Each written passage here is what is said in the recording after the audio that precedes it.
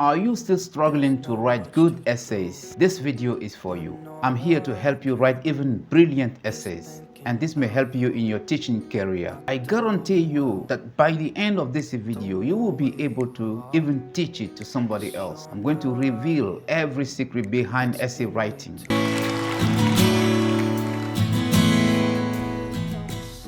Hi and welcome. I'm Mr. Dominic Bazier.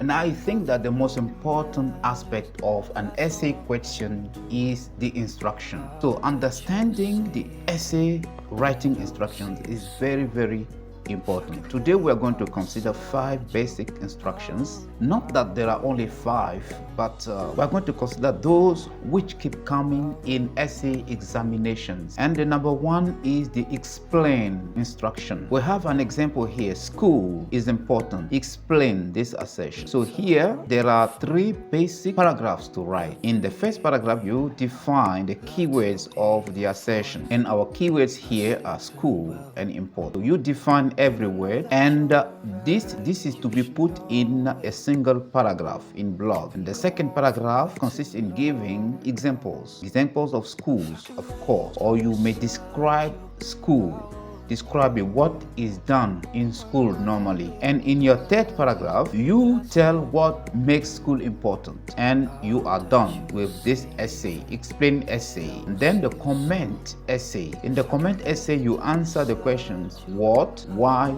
and how. Example topic: teachers may need to make a mental shift from the thinking that language is lexicalized grammar to thinking of it as grammatical lexis. This is by Andre Schuen, English Teaching Forum, January 2004. Comment on this assertion. Here also you need to write 3 basic paragraphs. In the first one, you define mental shift, lexicalized grammar, and grammar lexis. Mental shift is a change in the mind, is a complete change in your mentality. Lexicalized grammar is grammar viewed as rules and structures, and grammar lexis is the view that grammar can be used to teach real fact situations. So now, paragraph 2, why should teachers make this mental shift? They should make this mental shift simply because if you teach grammar only, if you teach grammar and you focus on rules and structures, it is not more important than using grammar for semantic purposes. So they should make this mental shift, this mental change. And this is very important. In paragraph 3, how to teach language as grammar lexis in our country. So you give the conditions. So by the end of this writing, you have answered the questions what, why, and how. And then we move to the what do you think instruction, or what is your opinion. Here is our question. What is your opinion about corporal punishment in school? Here you need to write a thesis, an antithesis, and you give your viewpoint, because the question is what do you think? What's your opinion? So in the end, you give your opinion about it. So in your thesis, the first paragraph, normally, you bring about arguments for punishment, corporal punishment in school. You bring arguments. Some people think that it is good because. So you give arguments in favor. In the antithesis, you bring up arguments against. It's not an opposition. It's not a contradiction. But some people think that corporal punishment is good. This is the thesis. The antithesis, some other people think that it is bad, not you. But now in your last paragraph, you tell what you think about it. You give your opinion about it. And then we reach this: what are the pedagogic corollaries, or what are the pedagogic implications? When submitted to this kind of question, consider the following 5 levels and draw the logical consequences. At the first level, you answer this question: how does the school affect or shape learning? How does the school setting, decoration, geographical position, etc. affect or shape learning? Second level, how do the teacher's role and attitudes affect learning? Third level, how does the learner's psychology affect or shape learning? Fourth level, how does the teaching process affect or shape learning?